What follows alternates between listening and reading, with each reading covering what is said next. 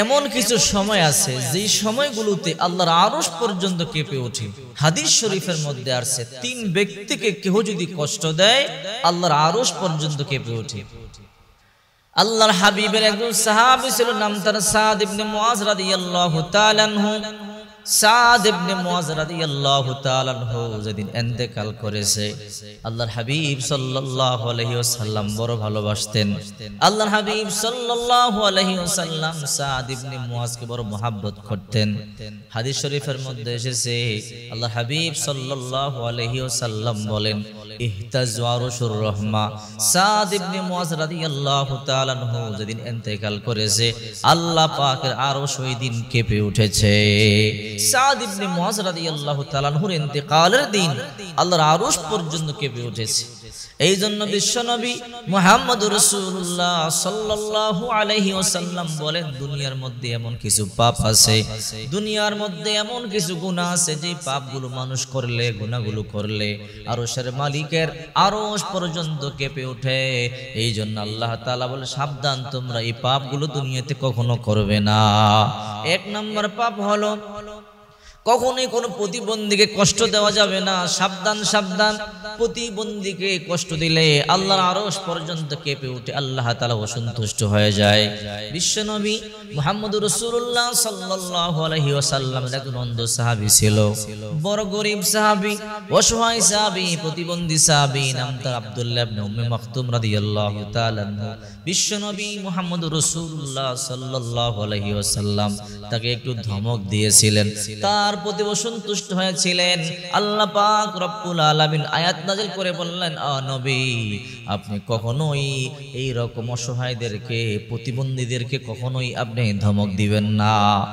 আবাসা ওয়া তাওয়াল্লা আন জাআহুল আমা। আল্লাহর হাবিব পুরো কুচকালেন এবং মুখ ফিরায় নিলেন, কারণ তার সামনে একজন অন্ধ আগমন করেছে। বিশ্বনবী মুহাম্মদুর রাসূলুল্লাহ মক্কার ধনী ধনী বড় বড় লোকদেরকে নিয়ে পরামর্শ করতেছিলেন, ইসলাম সম্পর্কে বুঝাইতেছিলেন, দাওয়াত দিতেছিলেন। আব্দুল্লাহ ইবনে উম্মে মাকতুম রাদিয়াল্লাহু তাআলা আনহু গরীব সাহাবী সেখানে আসলেন। আসার পর আল্লাহর হাবিব অসন্তুষ্ট হলেন, ব্রু কুচকালেন, মুখ ফিরায় নিলেন। আল্লাহ পাক বলেন, নবী, আপনি ব্রু কুচকালেন, আপনি মুখ ফিরায় নিলেন না, এই কাজ কখনো করবেন না। আমার কাছে দুনিয়ার ধন সম্পদের দাম নাই, আমার কাছে দাম হইল শুধু ঈমান আর আমলের।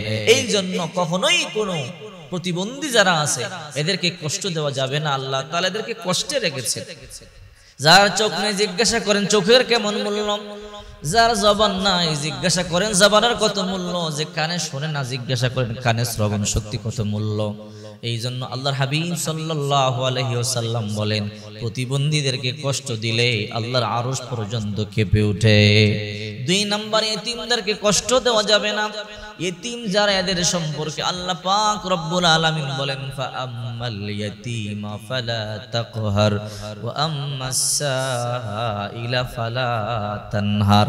আল্লাহ পাক রব্বুল আলামিন বিশ্বনবী মুহাম্মদুর রাসূলুল্লাহ সাল্লাল্লাহু আলাইহি ওয়াসাল্লামকে বলেছেন, নবী, এতিমদের প্রতি আপনি কঠোর হবেন না, ভিক্ষুকদের প্রতি আপনি সদয় হন, এদেরকে ধমক দিবেন না, কষ্ট দিবেন না। কারণ বিশ্বনবী মুহাম্মদুর রাসূলুল্লাহ সাল্লাল্লাহু আলাইহি ওয়াসাল্লাম নিজে এতিম ছিলেন। এই জন্য আল্লাহ পাক রব্বুল আলামিন বলেন, যখন তোমাদের কাছে এতিমরা আসবে, ভিক্ষুকরা আসবে, কিছু না কিছু এদেরকে দিয়া তোমরা ফিরাবে, খালি ফিরাবে না। এটা আল্লাহ তাআলা বড় পছন্দ করে, খালি হাতে ফিরাইও না। আল্লাহর হাবিব সাল্লাল্লাহু আলাইহি ওয়াসাল্লাম বলেন, যখন কোন এতিম ভিক্ষুক তোমাদের দরবারে আসবে, তোমাদের কাছে কোনো কিছু চাবে, হয়তো তোমাদের কাছে টাকা পয়সা, খাদ্য দ্রব্য কোনো কিছু নাও থাকতে পারে, তবে তোমরা এদেরকে ধমক দিও না।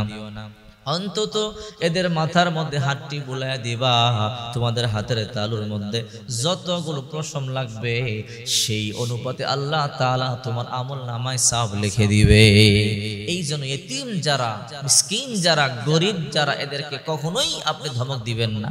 এই জন্যই তো কবি বলেন, নদীর এপার ভাঙ্গে ওপার ঘরে, এই তো নদীর খেলা, সকাল বেলার দুনিয়ারে তুই ফকির সন্ধ্যা বেলা, সকাল বেলার দুনিয়ারে তুই ফকির সন্ধ্যা বেলা। কত মানুষ সকাল বেলা ধনী ছিল, বিকাল বেলা ফকির হয়ে গেল। কত মানুষ বিকাল বেলা ফকির ছিল, সকাল বেলা ধনী হয়ে গেল। নিজের চোখে দেখেছি কত মানুষকে আল্লাহ তাআলা গরিব বানায় দিছে, কত পথের ভিক্ষুকে আল্লাহ তাআলা ধনী বানায় দিছে। এই জন্য সাবধান, সাবধান ধনী যারা অহংকার করবেন না, সাবধান যারা ধনী তার গরিবদেরকে ধমক দিবেন না, তুচ্ছ তাচ্ছিল্য করবেন না। কারণ এমন সময় আসতে পারে আল্লাহ তাআলা আপনাকে ফকির বানাবে আর আপনার জায়গায় তাকে ধনী বানায় দিবে। এমন ইতিহাস বহু আছে। আল্লাহ পাক রব্বুল আলামিন অনেক ধনীকে ফকির বানায় দিয়েছে, আবার অনেক ফকিরকে ধনী বানায় দিয়েছে। এক লোক বিবাহ করেছে, অত্যন্ত সুন্দরী যুবতী, পরহেজগার নারী, পর্দাশীল নারী। ওই ধনী ব্যক্তি বড় অহংকারী ছিল, বিবিকে নিয়ে খাবার খাইতেছে, পর্দাশীল নারীকে নিয়ে। হঠাৎ করে একজন ভিক্ষুক ঘরের দরজার মধ্যে আইসা বলে, আল্লাহর বান্দা বান্দি, 3 দিন ধরে অনাহার, তোমাদের ঘরে কোনো খাদ্য থাকলে আমাকে দাও। বিবি তখন বলল, স্বামী শুনছেন? একজন ভিক্ষুক দরজায় দাঁড়ায় বলতেছে, মা 3 দিন পর্যন্ত কোনো খাবার খাই না, কোনো খাবার থাকলে একটু খাবার দিয়ে দাও। তখন স্বামী বলল, না না, দেওয়া যাবে না, আমরাই খাই, ভিক্ষুককে যেতে বলে দাও। এবার কিছুক্ষণ পর ভিক্ষুক বলে, আল্লাহর বান্দা বান্দিরা, তোমাদের ঘরে কোনো খাবার থাকলে দাও, 3 দিন পর্যন্ত অনাহার। ওই ভিক্ষুক বসে বসে আল্লাহর দরবারে বলে, আল্লাহ 3 দিন ধরে অনাহার, তোমার বান্দা বান্দির কাছে চাইলাম, দিতেছে না গো আল্লাহ। তৃতীয়বার বলল, হে আল্লাহ, বান্দা বান্দি তোমাদের ঘরে কোনো খাবার থাকলে দাও। বিবি আবার বলে, স্বামী প্রয়োজনে আমরা একটু কম খাই, এদেরকে দেয়া দেই। ওই ধনী অহংকারী স্বামী বলে, না না, ভিক্ষুকদেরকে দেয়া যাবে না, এদের অভ্যাস খারাপ। যেই ঘর থেকে বেশি বেশি খাবার পায় ওই ঘরেই তারা বেশি বেশি আসে। এই কথা বলবার পরে ধনী স্বামী বের হয়ে গেল। বের হয়ে ভিক্ষুককে একটা ধাক্কা দিয়ে বের করে দিল। ভিক্ষুক জমিনের মধ্যে পড়ে যায়, মাথা ফেটে রক্তক্ষরণ হয়। হাতে রক্তগুলো নিয়ে বলে, আল্লাহ গরিব বানাইছে বলেই তো মানুষের দুয়ারে দুয়ারে ঘুরি। আল্লাহ খাবার দেয় নাই, ভালো কথা ভিক্ষা দেয় নাই, ধাক্কা দিল কেন? তোমার কাছে বিচার দিলাম। কিছুদিনের মধ্যে ধনী ব্যক্তিটা ফকির হয়ে গেল। একটার পর একটা বিপদ। আল্লাহ তাআলা কাউকে পাকড়াও করলে সময় লাগে না, রাস্তার ভিক্ষুক বানায় দিছে। স্ত্রীকে তালাক দিয়ে দিছে। স্ত্রী চোখের পানি সারিয়া কান্না করে করে বাড়িতে চলে গেল। বাবাই কই, কি রে, কেন চলে আসলি? বাবা তার উপরে গজব করেছে, আমাকে তালাক দিয়ে দিছে। বলে, মা কান্না করিস না, আল্লাহ তাআলা উত্তম স্বামীর ব্যবস্থা করবে। কিছুদিন পরে, 6 মাস পরে হঠাৎ করে ভালো একটা পরিবার থেকে বিবাহের সম্বন্ধ আসলো। বড় এটাও ধনী মানুষ, কিন্তু লোকটা বড় ভালো।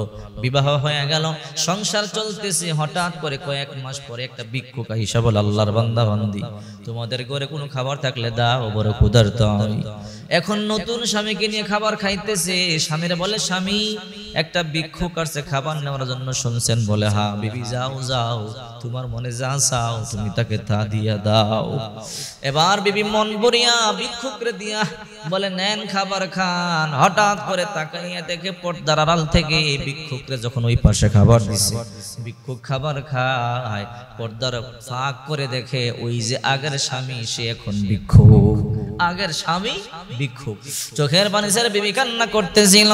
বলে, কি রে বিবি, কেন কান্না করো? ভিক্ষুক তোমার কোনো কিছু বলছে নাকি? বলে, না, কিছুই তো বলে না, কেন কান্না করো? বলে, শুনতে চান? বলে, হ্যাঁ। বলে, এই যে ভিক্ষুকটা ছিল, এই ভিক্ষুকটা কিন্তু আসলে ভিক্ষুক না, এটাই কিন্তু আমার আগের স্বামী। বলে, তাই নাকি? বলে, হ্যাঁ। আরেকটা আজব ঘটনা শুনবা। বলেন বলেন। বলে, এটা যদি তোমার স্বামী হয়, এই লোকটা আমাকে ধাক্কা দিয়েছিল, আজ থেকে তুমি তো জানো কয়েক বছর আগে এই লোকটা আমাকে ধাক্কা মারি করতে বের করে দিয়েছিল। অথচ দেখো, চিন্তা করে, আজকে এই লোকটাকে আল্লাহ তাআলা ফকির বানায়া দিছে, আল্লাহ তাআলা আমাকে ধনী বানায়া দিছে। এই জন্যই তো কবি বলেন, নদীর এপার ভাঙে ওপার করে, এই তো নদীর খেলা, সকাল বেলার ধনীর তুই ফকির সন্ধ্যা বেলা। এই জন্য কাউকে ধমক দিতে নাই, কাউকে বৎসনা করতে নাই, কাউকে তুচ্ছ তাচ্ছিল্য করতে নাই। আল্লাহ তাআলা কখন কাকে ফকির বানায় কেউ বলতে পারে না। এই হলো 2 নাম্বার। 3 নাম্বার, বিধবাকে কখনো তুচ্ছ তাচ্ছিল্য করা যাবে না, অপবাদ দেওয়া যাবে না। আমাদের সমাজে বিধবা নারীদেরকে বড় তুচ্ছ তাচ্ছিল্য করা হয়। আমাদের সমাজে বিধবাদেরকে বড় কষ্ট দেওয়া হয়। না না, বিধবা নারীদেরকে কষ্ট দেওয়া যাবে না, তুচ্ছ তাচ্ছিল্য করা যাবে না। কারণ এরা যখন আল্লাহ দরবারে কোনো কিছু বিচার দেয়, আল্লাহ তাআলা মুহূর্তের মধ্যে কবুল করে নেয়। এরা যখন আল্লাহর দরবারে কোনো কিছুর জন্য কারো ব্যাপারে বিচার দায়ের করে, কোনো পর্দা থাকে না। ইতিমরা, মিসকিনরা, বিধবারা, প্রতিবন্ধী যারা, এরা যখন আল্লাহর দরবারে হাত তুলে কোনো কিছু বলে, পর্দা থাকে না, আল্লাহ মুহূর্তের মধ্যে দোয়া কবুল করে নেয়। এই জন্য সাবধান, তিন ব্যক্তিরে কখনোই কষ্ট দিবেন না। আল্লাহর আরশ পর্যন্ত কেঁপে ওঠে, আল্লাহর আরশ পর্যন্ত বদদুয়া দেয় আল্লাহ, যতক্ষণ পর্যন্ত ওই নাফরমানকে তুমি ধ্বংস না করবা, ততক্ষণ পর্যন্ত আমি আরশ কখনোই থামবো না।